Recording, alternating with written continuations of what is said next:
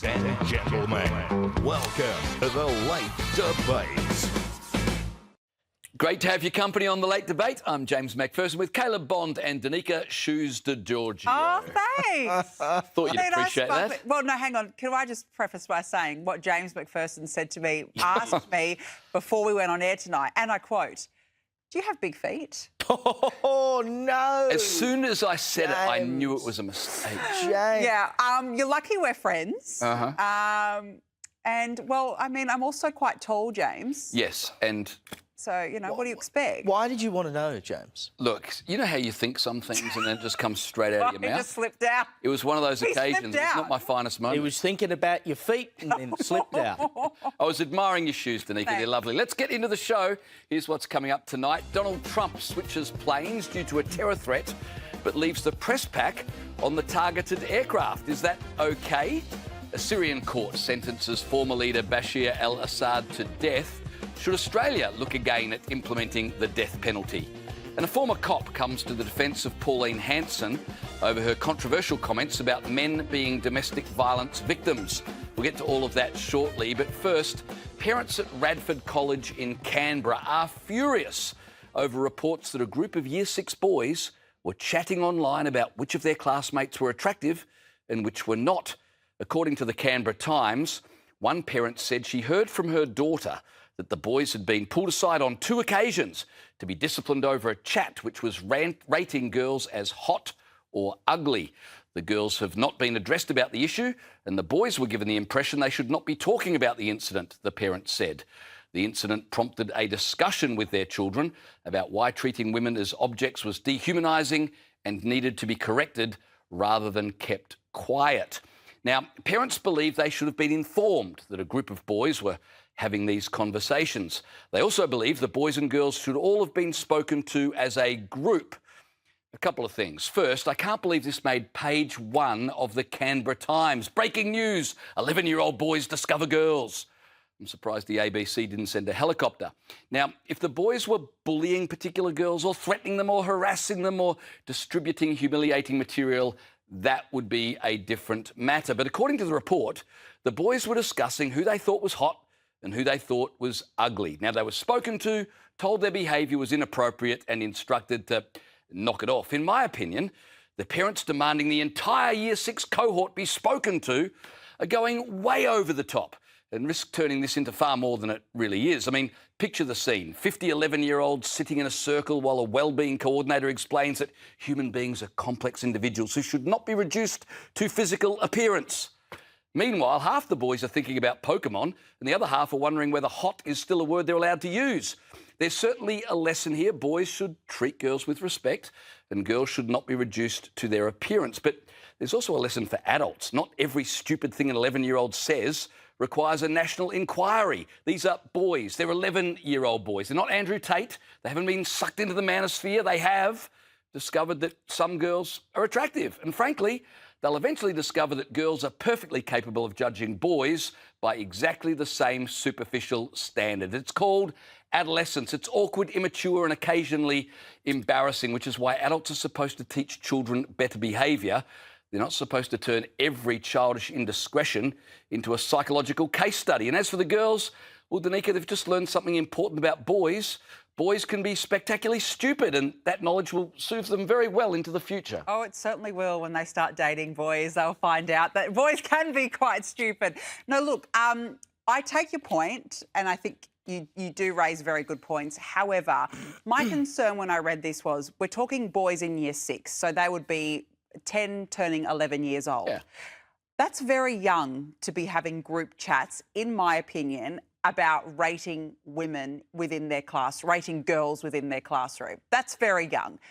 I think as you get older, you go, OK, these boys are stupid and they're doing it maybe in their high school years. But while they're still in primary school, 11 years old, and where are they getting these ideas from that they think it would be appropriate to have a group chat where they are rating girls? Because in my opinion, it's coming from the home.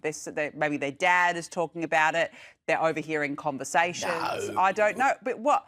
But where else would it be coming from at the age of 11, Caleb? I mean, I'm not a bloke. You tell me all right. where it would be coming from. I was well aware of girls at the age of 11. Right. And like any boy, I'm sure I talk to my mates about girls I found attractive. Like I don't 11 think you years need... old in a group chat. Yes. What? Do you, In so a you're group saying chat. that boys could not independently find women attractive and then discuss that matter without having seen another man do it? I just think that at the age of 11, is that seriously you're starting to rate women at that age? I think that's very young. I think that's very young. If you talk to primary school kids, most of them have, I don't think it's smart, but most of them have boyfriends and girlfriends. At the age of, at 11? Yeah. At 11 years old, James. It's not wisdom, it's not It's smart, but they do. It's not uncommon at all. 11-year-olds Yes. are dating. I don't know where you've been, Danica, but it's not uncommon at all. I can tell you when I was in year 6, no 11-year-olds were dating. Maybe when you start getting into year 7, year 8, as puberty develops, because I think that puberty does more begin, I think, around year 7. Year 8. Oh, no, you're off the planet on that. I'm sorry. There is no way I'm off the planet with that. As someone who went through puberty, there is no way I'm off the planet with that. Puberty is happening younger and younger than it used to.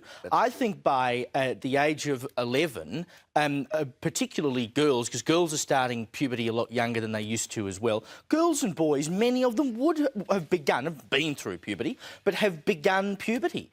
I don't think that's an unusual thing at all. I'm actually floored to hear that. I'm genuinely floored because, and look, it's been a while since I was in primary school, but I can tell you nobody in year 6 was dating and going through puberty. So many of them are. And where this has gotten out of control, I think, is because in a previous generation, a group of boys would have sat around at lunchtime eating their sandwiches, talking about who's hot and who's ugly, right? What's different now is it was in a group chat. And all of a sudden, that has connotations with, online bullying and Andrew Tate and all those things. And that's simply the way that kids communicate these days. I don't agree with the parents saying, oh, well, the schools should have dealt with this. I don't think that this is a school problem. And I do think it's wonderful that the parents did actually sit their kids down and say, look, women are not to be objectified. I think you have to teach these lessons from a very young age. So I think it was handled very well by the parents, by all accounts, according to this article. It does become a problem, as one of the young girls raised. It was written in this article that her fear was that one of the boys was going to go up to her and say, well, we rated you a 3 out of 10 in the group. But did they? But they didn't, and that's what I'm saying. So that's why I don't think it is a school problem. No, I'm just saying I don't think it's a school problem. I think it is good that it was dealt with at home as issues should be. It should be dealt with by mum and dad at home. But their parents then run off to the paper and complain about it and moralise about it. I don't agree with that. It doesn't matter. The reason they go off and complain about it is because it's boys doing it, right?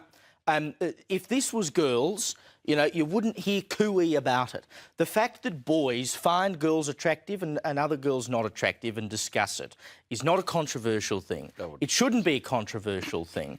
As you say, if they start going around the schoolyard going, you're ugly, well, that's bullying, right? That's a completely different matter. But it's this idea that any expression of a man acknowledging that some women are attractive and others aren't, to them, of course, because these things are subjective, is somehow treated as wrong. And girls do it as well. And there was a great case, or great in inverted commas, in Adelaide in 2016 at Wilderness College, which is like one of the top girls' schools. And I'll quote to you from a report at the time by my old mate Tim Williams at the Tiser. He wrote, one of the state's top private schools is embroiled in a major scandal after Year 12 girls created a, quote, wall of boys, a giant photo collage of their sexual and romantic conquests, and then shamed them on social media. The Wilderness School girls posted images and a slideshow to social media with derogatory comments about the boys, largely from high-profile private colleges, including the hashtag quantity, not quality. The photo display in the Wilderness Year 12 Common Room was started earlier in the year, but the girls were not ordered to take it down, and this is the important bit, until they featured it in an unauthorised and inappropriate end of Year 12 video a fortnight ago. Now, I raise that to make the point that when girls at school, and granted they were high school, they're of an older age, but they've got a big display up for all to see in the school about the boys that they've shagged, And no one thought to raise an issue until it broke ranks onto social media and other people saw it.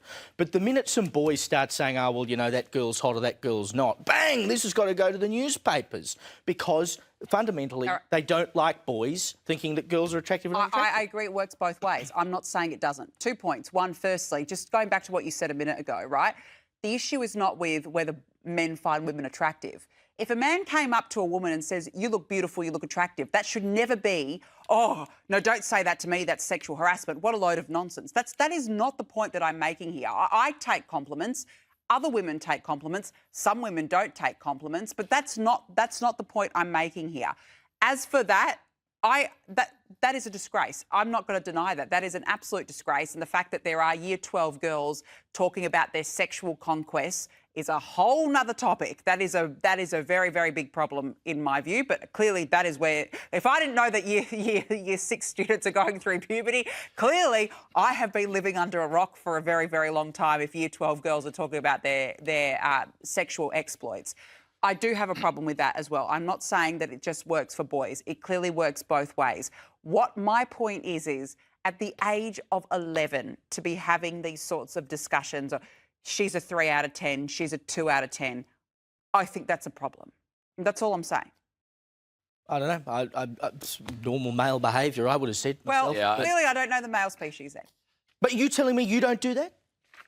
I would say men. Yeah, he's hot. He's attractive. Oh no! Write it up in the newspaper. I'm not 11 years old, Caleb. Oh, so it's wrong if you're 11. Is that the argument? I just think it's the age that has struck me with this whole conversation. So it's not the behaviour; it's just the age of the people engaging in it. It's the behaviour. So why do you do that behaviour then, Danica? Why do you do it then? Because I'm an adult. Oh, and I so it's okay to objectify. As an adult, you should know better. I'll come off at you too. If I look at a guy, I will say, he's very handsome. He's very attractive. No, he's not my type, not a fan of him. I'm an adult. So why are you objectifying if they were using different language, if instead of saying you think I'm objectifying men, I can't. Well, I cannot. Instead of saying hot and ugly, if they'd said, which girl do you think is attractive and which girl are you not so Okay, let me put it on you. Would that have been better? Let me put this on you. Just You've got 2 sons. You've got 2 sons. If your 2 sons at the age of 11 came home and said, Dad, my mates and I are rating all the girls in our class in a group chat, how would you feel about that? I would probably tell them that's probably not appropriate. And I rest my case and I have nothing more to say on this topic. Seriously, I'm done. But I wouldn't be shocked that they think girls are attractive and other girls are not. But that's not the point. But that's what the school's done. The school's just said, hey, boys, James, this is probably not appropriate you literally chat. just answered your own question. You would tell them that it's probably not appropriate. Yeah, and the conversation would have lasted 15 seconds. But that's the point I'm making. The parents it wouldn't have been front page of the paper. The parents in this conversation had this discussion with their own kids. It should have been case closed. I don't agree with the parents going to the paper for this. They didn't have to go to the paper and make a big deal out of it. But that is the woke parenting of this generation. It is the biggest nothing burger of the entire week, and these parents have made it into national headlines. Well, here we are. We've spent 13 minutes talking about the greatest nothing burger of the week in Australia. So let's move on to something else, shall we? While we're talking about newspapers, you might have caught this story certainly today. It was sort of breaking last night that Donald Trump, after he went to NATO last month, basically used a decoy plane to get out of there because there had been a threat by Iran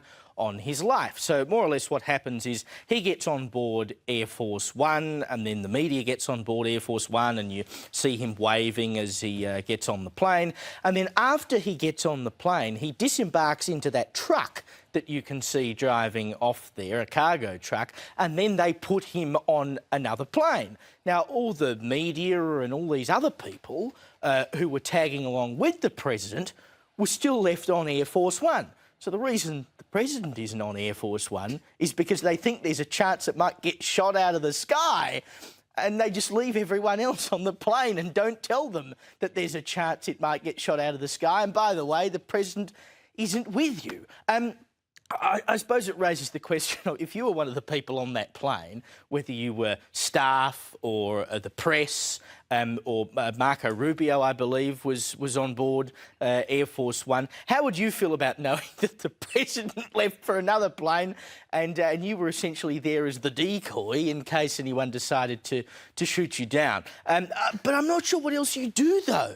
Look, That's the issue, because, OK, you want the president on another plane because you don't want the risk of him being, you know, killed in Air Force One going down.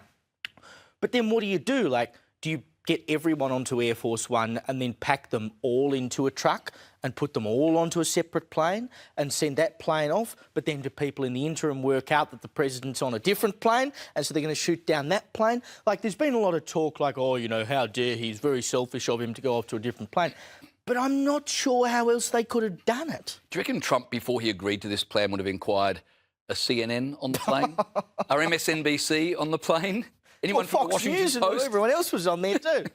I think that the president is more valuable than the press pack, and so they weren't sacrificing the press pack. They were taking a calculated risk.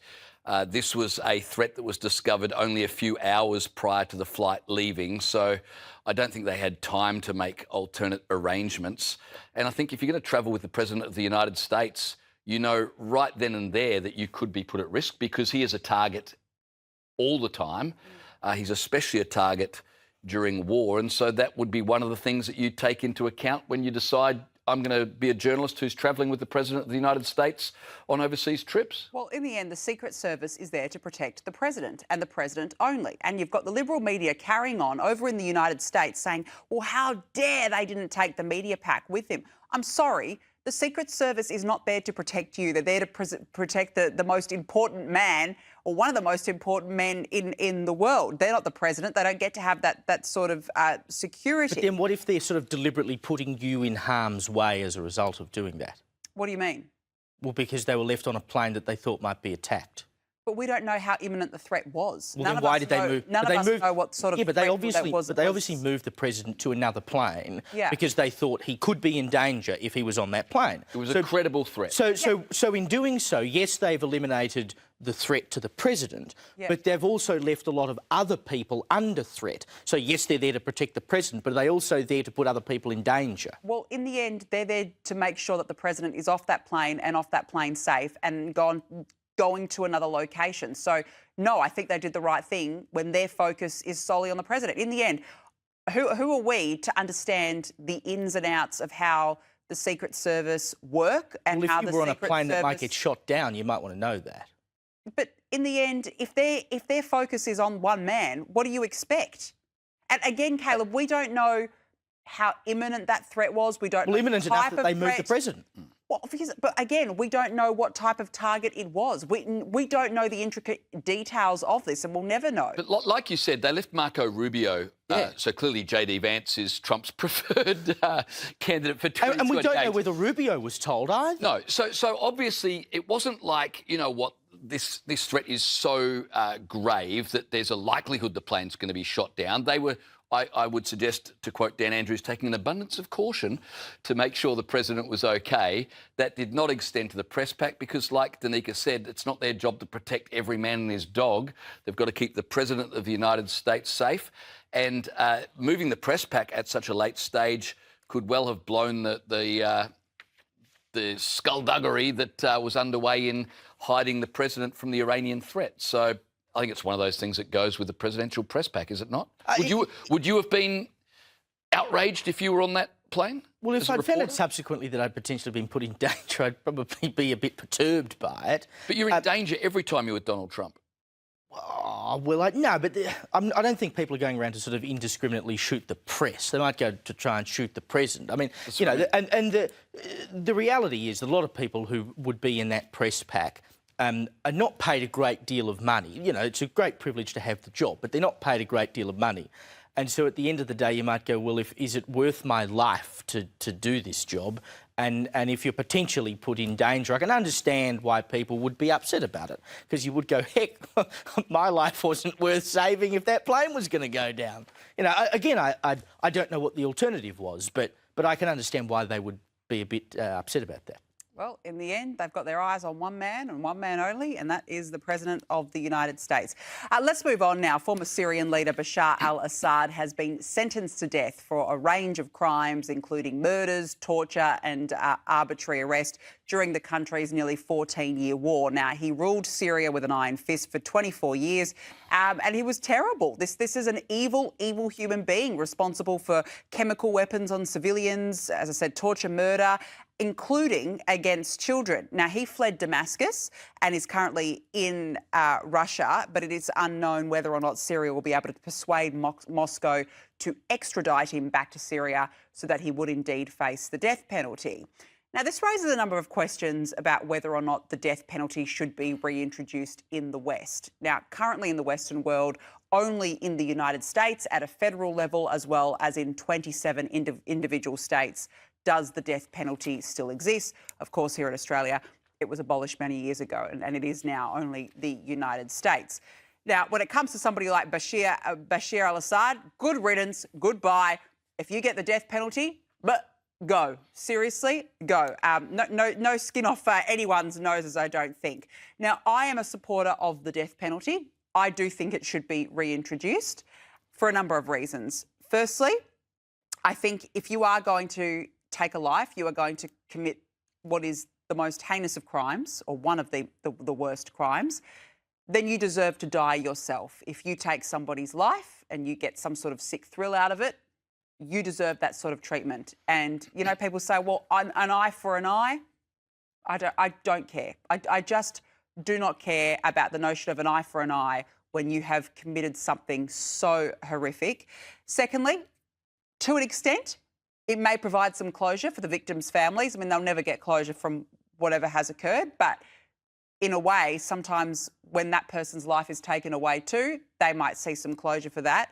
And I think it is really the only moral and just punishment for the most awful of crimes out there. And I am a big supporter of the death penalty. And I also wonder whether it would have an impact on the crime rate. Would people be less likely to commit murder or to commit rape and torture if the death penalty was available to them? Well, I'm not sure that the death penalty in America is causing crime to be reduced. We could argue that one. I disagree with you for a couple of reasons. Number one, the justice system is imperfect, and that means that invariably innocent people will be executed. The Death Penalty Information Centre, which keeps records of every execution in the United States since 1973, has recorded 1,672 executions. 202 people during that time on death row were exonerated. So for every 8 executions in the United States, one person on death row is found to have been not guilty and falsely put on death row. And so they're not executed? Correct. Yeah. But for me, that's far too many people who were headed for the electric chair who were found to be innocent of the crimes they were being killed for, or about to be killed for. So I'm not sure that's a risk that we want to take.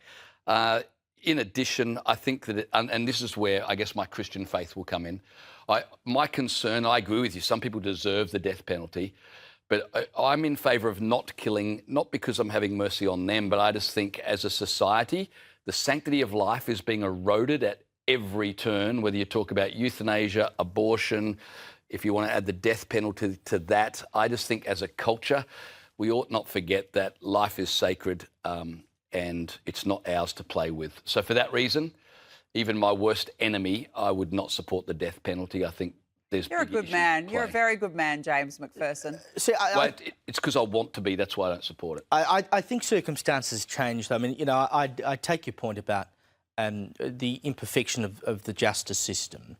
But the fact that you raised that so many people were found not guilty on appeal and then therefore were not executed, I think is an example of the justice system working, that people have the right of appeal, they've used the right of appeal, and they have been found on appeal not to have committed that crime, and therefore they are not to be punished. There were 18 who were executed who were later found by DNA evidence to have not committed. And this is the point I'm coming to, DNA, right?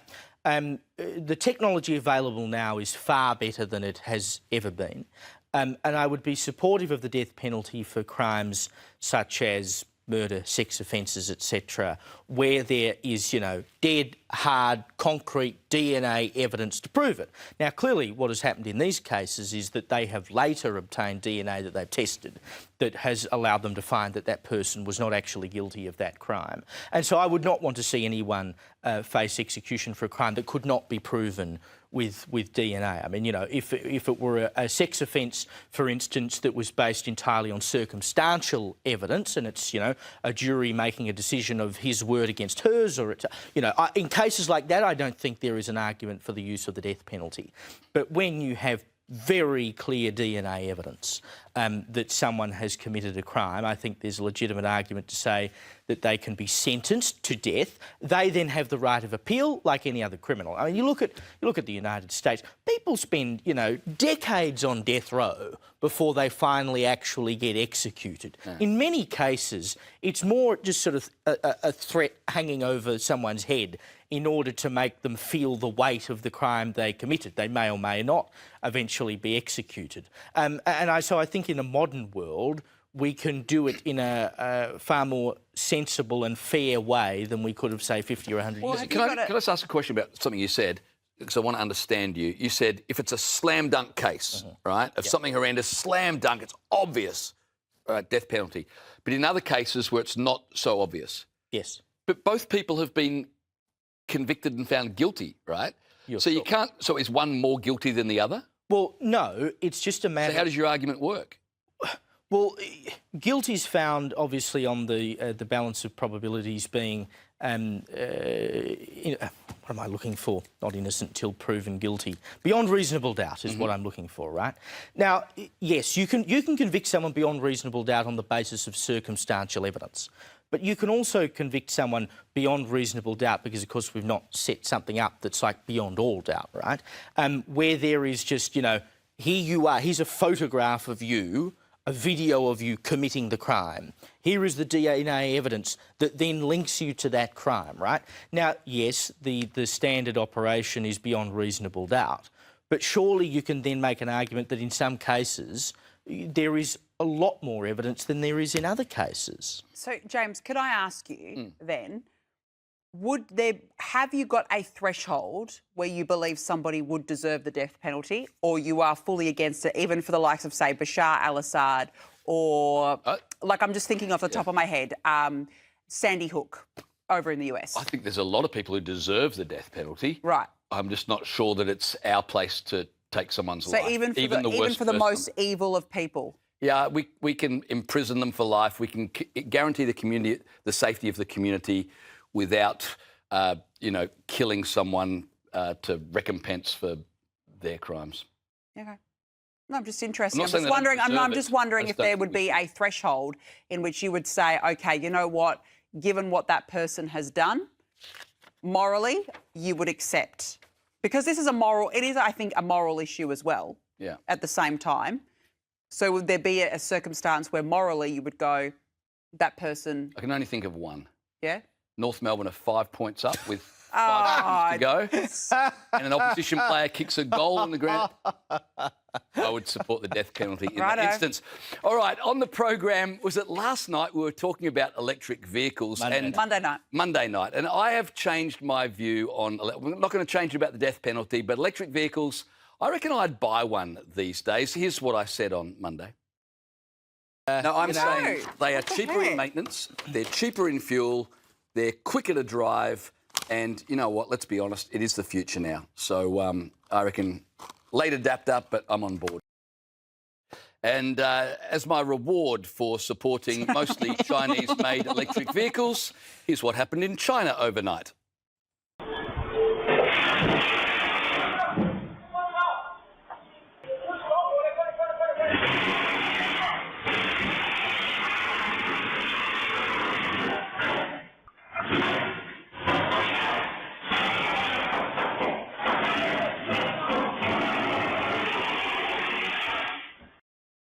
Last time I support the Chinese, I am done with them. Although I got to say, that fire, because I read about this, I don't know if you've researched it, it had nothing to do with a lithium battery.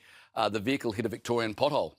Oh, yeah, right. That's what happened. Yeah, So, yeah, James, right. okay, so what's your stance on this? Because if I recall, and our viewers will recall, on Monday night, you gave such a passionate defence Love of them. electric vehicles. Loves Did. You were so on board with the EVs. Yep. You just said, I would never go for a petrol vehicle again. No, I didn't say that. I said I'm open to purchasing an EV. I never said I would never go. But carry on. Now, look, I did have a look at the statistics. So there has been over 1,000 EV fires in Australia.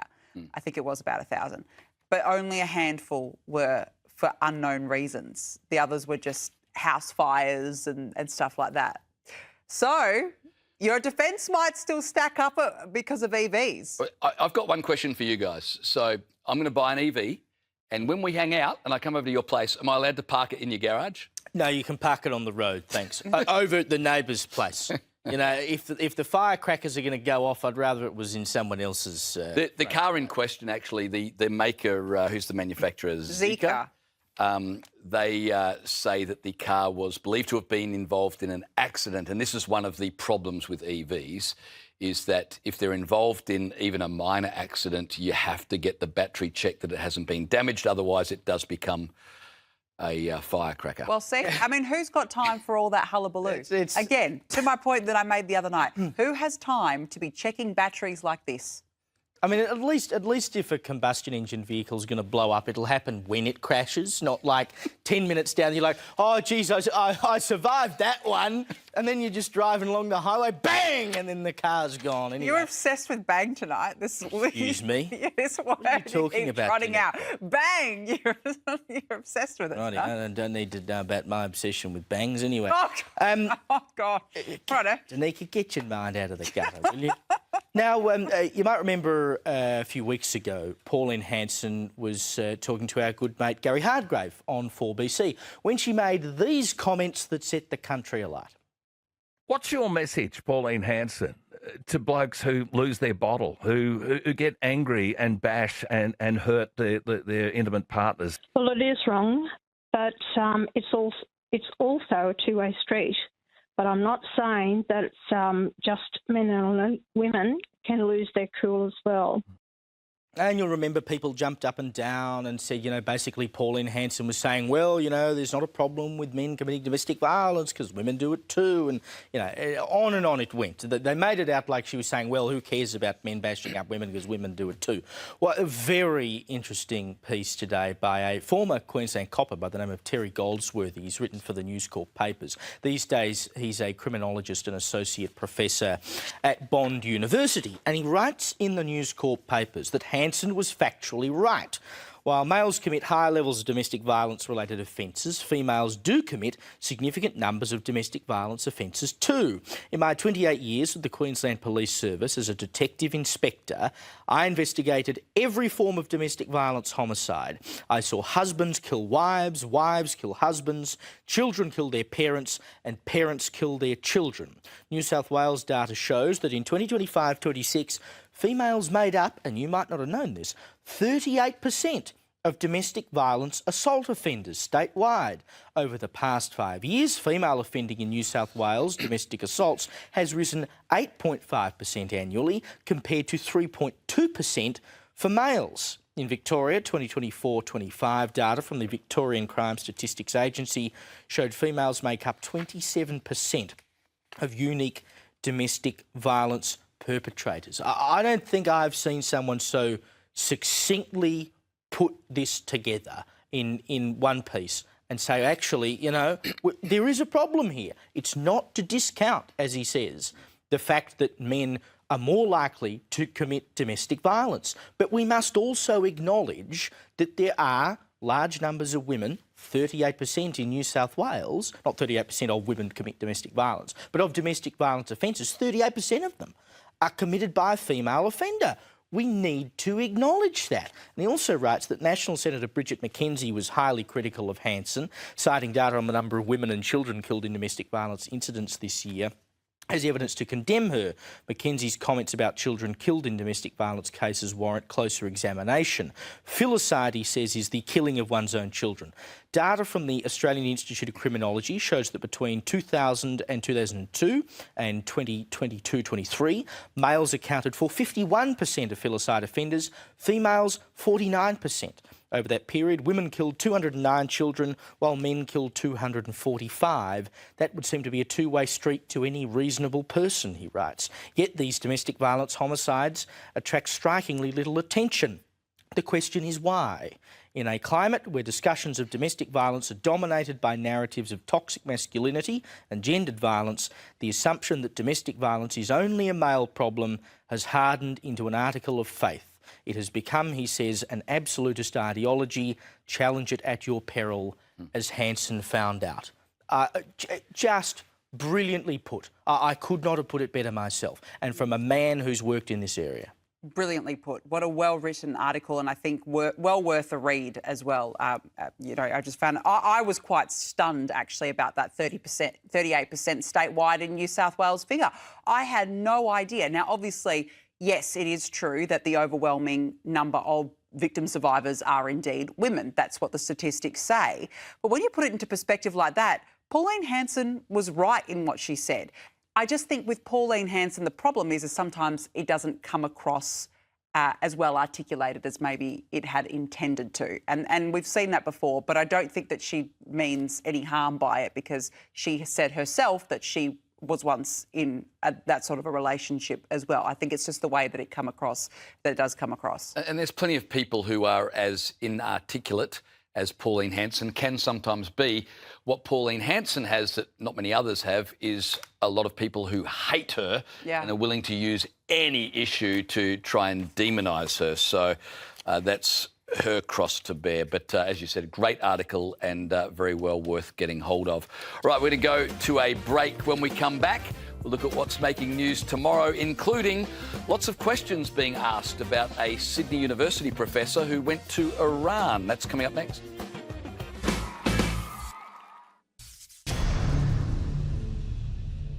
Welcome back to the program. A lot to talk about in the papers tomorrow. We'll start with The Australian, and Caleb Bond has that newspaper. Indeed I do, and on the front of this newspaper that I'm holding, it says, hurt till 28, productivity pain point. Westpac Chief Executive Anthony Miller said interest rates could remain elevated into 2028 and potentially beyond without any improvement in productivity growth, as new coalition analysis reveals it could take the Albanese government 8 years to regain the productivity levels it inherited in 2022.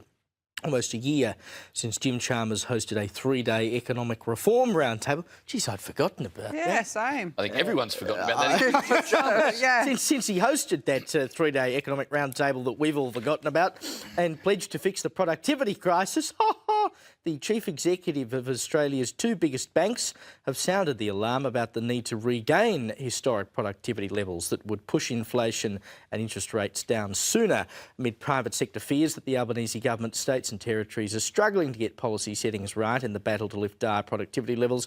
Mr Miller and Commonwealth Bank Chief Executive Matt Comyn told The Australian they had bigger concerns about productivity levels than a 5% fall in house prices, which the Reserve Bank said this week would be the consequence of Labor's tax changes. It doesn't get any better. I'm lost for words at this point. Like every day, there's a story about, and like we're months on from the budget. There's a story about tax changes are doing this, the economy's in the toilet, productivity's in the toilet. Like, what are they doing? But Caleb, do you remember when Anthony Albanese told us, "I've got your back"? Oh, do you remember that? No, I don't particularly. I'd probably erased it from... I remember when he said, "My word is my bond," the bastard. Well, now you use that all the time. Like, you joke around, guys, but, like, things are pretty bad, right? Yeah. Imagine how bad it would be had Chalmers not done the economic roundtable. Like, Could you imagine? Like, thank God he did it. Otherwise, we'd be thank all God, sorts. we'd be in an absolute strife, James. So count your blessings. You know, we'd be back to sort of interest rates like they were under Keating. You wouldn't believe it. Another story on the front of the Oz, Tehran trip-up. Professor unmasked, but questions grow. For University of Sydney, exclusive here a high-profile professor who collaborated on research with Iranian engineers can be unmasked as the University of Sydney academic allowed to violate a travel ban to visit Iran. The university claims it wrongfully gave permission for its chair of supply chain management, Professor Behnam Fahmina, to visit Iran last year. Both the university and Professor Fahmina face growing questions over the scandal after the academic disputed his employer's claims that he spent time at an Iranian university during the controversial trip and denied working with the University of Tehran, despite co-authoring academic papers with one of its engineering professors. I didn't work with them. I just worked with one of their people. Oh, come on, pull the other one.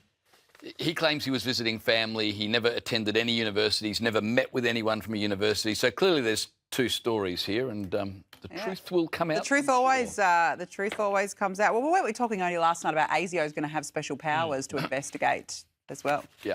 All right, front page of tomorrow's Herald Sun has got some great stories. The splash, $12 billion train wreck. More than $12 billion of taxpayer money would go down the drain if the suburban rail loop was ditched, according to a secret government briefing provided to Premier Ben Carroll. Confidential documents showing the staggering figure were presented to Mr Carroll in his first days in the job. What do they call it, Caleb? Is it the sunken cost fallacy, where you feel like this isn't a good project, but we've spent so much money, I might as well just keep on going? And so that's, I suppose, the dilemma he's got now. Does he abandon this thing? They've already spent, $7-8 billion on it. It'll cost them another $12 billion to get out of it. The initial budget, I think, was $34 billion. It's projected to go well beyond that. Well, I guess there's no good way for him to go on this at all. No, and I think that's why he's tried to say, look, if we were to do anything, we would look to move those contracts somewhere else. So essentially you wouldn't have to tear anything up to get out of it. You'd send the work to, say, an airport rail, which is what they should have done in the first place. But, you know, again, I talk about, well, every day we see a story about, you know, the economy's in the toilet and the tax changes and the budget. And you look at the Herald Sun every day, there's just another story about things going wrong in Victoria. Yeah, every day, another day in Victoria. Danica, there's a couple of other little ones there. Pothole fiasco. The Premier has ordered an urgent review of the state's pothole compost scheme. After the Herald Sun revealed 98% of claims were being rejected. And then the other problem the Premier's got is that he's admitted that spending taxpayer cash on rented pot plants is a waste after it was revealed $1.6 million was spent on hired pot plants for the railway offices. I mean, seriously, for a state that is in so much debt, they're spending money on pot plants? $1.6 million. Oh, That's Why dollars, didn't I not pot get plants. that contract? I could put pot plants in a few offices for $1.6 million. Sign me up. You like a pot plant. OK, Gold Coast... Well, I like $1.6 million more. Well, that's it. Gold Coast Bulletin. It took 9 months for NDIS to ban sex-accused watchdog failed boy. A blunder by the NDIS watchdog allowed a mum who was charged with a sex offence against a boy with a disability the opportunity to work with children for months before she was banned. Wendy Ann Houston, 50, a registered behavioural support practitioner and social worker working with vulnerable children, was charged with 1 count of indecent treatment of a child under 12 in May 2025. The NDIS Quality and Safeguards Commission did not ban her until February 3, 2026. It's not known whether she worked with any NDIS clients in that period. This is an absolute disgrace. I mean, can you imagine if you were the parents of this child already going through absolute heartache and then this on top of it? And how on earth did she pass through the checks and balances? It just baffles me. Well, and this is the thing. In a system as big as the NDIS, I suppose that's why these things happen, because the system is so big and so cracks start to appear and things disappear. But when you're spending more than $50 billion on something like the NDIS, you can't tell me that they should not be able to have the people in place and the oversight and whatever to go, OK, someone's been accused of a sex crime, maybe we won't let them work with vulnerable people until the court has made a decision on their guilt or otherwise. Like, this is just basic, straightforward stuff. And then we wonder how children and other vulnerable people end up in positions where they are vulnerable to abuse because you have systems like this which are meant to protect and help people, not saying that people accused of sex crimes should not be working in the NDIS. Should it be working with children? Should it be working with kids, full stop? Can I just point out one inconsistency? If this was a story about the Catholic Church, they would be calling for the head honcho to be sacked immediately. Yeah, true. When it's the NDIS, Well, people should be sacked, to be quite frank. They should be. On the front of the Newcastle Herald tomorrow. Not often we do the Newcastle Herald, but it's nice that they're getting a run tonight. And you can see a rather sodden Prime Minister there, the poor bugger. That photo was taken in December at Tomago, and that's what the story is about. Smelter saved. $2.5 billion bailout to secure the future of Tomago aluminium. Prime Minister Anthony Albanese and New South Wales Premier Chris Minns will today announce a $2.5 billion bailout package that will secure Tomago aluminium beyond 2028. The deal between the plant's owner, Rio Tinto, and the state and federal governments will guarantee the jobs of 1,000 smelter workers and thousands of indirect jobs in the broader Hunter economy. And there's the quote there from the PM: "This site isn't just important for Newcastle and the Hunter, it's a critical asset for the country and our manufacturing future." There will be plenty of people, I'm sure, quite happy that their jobs have been secured in light of this. But, you know, the government subsidy that has to go into smelters, the government subsidy, of course, that has to go into coal-fired power stations and all sorts of stuff. And, you know, we're told these things are bad for the planet and we shouldn't mine so much and we shouldn't burn coal, etc. But when push comes to shove, we do need this stuff. Yep. And because of the economics of it now, because the government has skewed it away so much, sometimes the government then has to step in and be the saviour. And backtrack on it. I mean, what we've seen as well with some of the coal-fired plants around the bubbled that one out of my mouth, didn't I? Coal-fired plants around the country. The one in New South Wales, where they had to extend its life because they realised that, oh, actually, we kind of need to keep the lights on, don't we? So, and here we go with Tomago. All right, after the break, US Secretary of State Marco Rubio conducts a joint interview with his wife, probably the last time he will ever do that, because she dobbed on him in front of the world's media. That's next.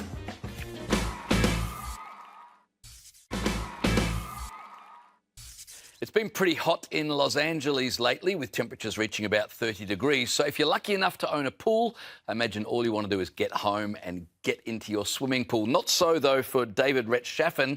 He arrived home and this is what he found. Have a look at this.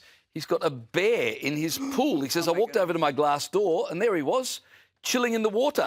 I sat in front of the door and we both sat there looking at each other for a while until he decided to get out. So I think he made the right decision there, Danica, by not joining said bear in the pool. But imagine I would run away. I would run in the other direction. Would you stare it down? I would make sure the glass door was locked. Yeah. Would you require a new pair of underwear by any chance, James? Sorry? No. I mean, you're behind the glass door, but, I mean, it's quite a docile bear too, clearly. Well, he is at the moment while he's in the pool, but, like, I would have thought a big bear like that, even if he wanted to, he could knock down a glass door, couldn't he? Yeah, I think so, definitely. Like, if he ran head first into the thing, he'd smash straight through it. What would you do, Caleb? You'd be dead meat. But there's a sign that says no running around the pool area. Oh, well, that'll fix it. That'll do it. What would you do, run away or...? I'd probably go and get the rifle out. Bang! Sort him out. What? Why are you saying bang so much? Now she's going to complain about me saying bang again. I mean, what noise do you think a gun makes? You've said bang 1,000 times tonight. I'm just 1,000 times? What's the obsession with it? I don't know what's going on. A lot of bangs on the late debate tonight, apparently. Oh. Now, can you imagine, you know, you're the Secretary of State of the United States. You've got really important stuff to worry about. You go on a podcast with your wife, and your wife then just decides to throw you straight under the bus for your dietary habits. Marco Rubio here is asked on this podcast, you know, whether he's on board with this diet that RFK Jr. has, which is red meat and sauerkraut. This is a diet that consists of eating sauerkraut and meat. Now, you understand, like, this is not a sustainable thing. Are you Maha? I'm in favor of Maha. Like, I think people should be healthy. No, he is not. But I think ultimately, at the end... He is completely not. What's he eat? Pop-Tarts. No, I don't eat Pop-Tarts every day. Okay, you eat sweets. The Pop-Tart is one of the great American innovations. Maha, if you're not aware, is Make America Healthy Again. Way to throw the guy under the bus. Oh. God almighty. You want to know the truth? Talk to the wife. This is what we need to do, get all our politicians to do interviews with their their wives. They'll never lie And again. they'll never lie, exactly. Bang and you're done. That's right. Now, I mean, it's in a bang. You're into a bang. I'm trying to do a Caleb Bond. Anyway, let's move on. There's places you can get married if you want to spend a lot of money. What? Or you could go for what this couple did and get married at McDonald's.